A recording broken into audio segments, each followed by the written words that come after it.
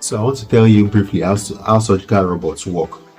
How many of you have watched Robocop, where you have, or you have some of these movies and toys that you have a vehicle that just transforms into a robot, and then that robot is walking like a macho, and then you think that a surgical robot is a robot that can perform a surgical procedure.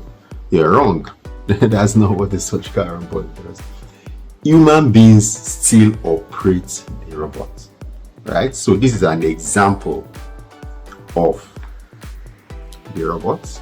So you have this console where the surgeon sits and operates it, and then you have the arms of the robot that you dock onto the patient. So those robots work based on the principle of pinhole surgery. For years now there's been the advent of pinhole surgery. So in pinhole surgery, what you do is that you have tiny holes made into cavities of the body, and then the instrument goes into that cavity, and then the surgeon can manipulate the instrument.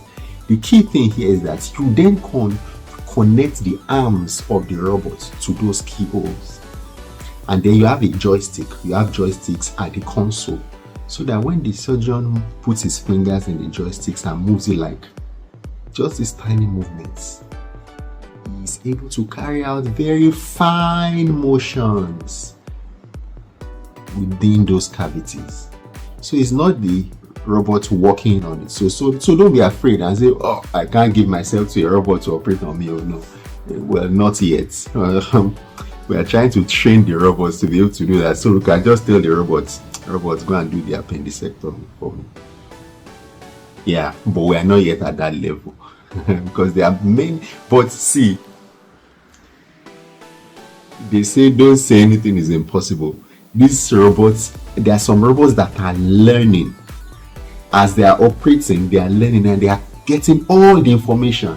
They are machines, they can pick all the information about all the variations in the body parts of this person now is different from this other person, so that when we allow them to operate on their own, they can easily say, oh yeah, I've seen this before, and they do it perfectly. But not yet. So don't be afraid.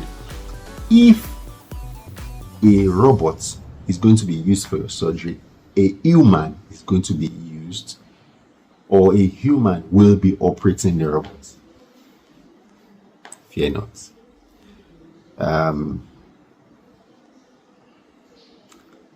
If you have any questions, let me know.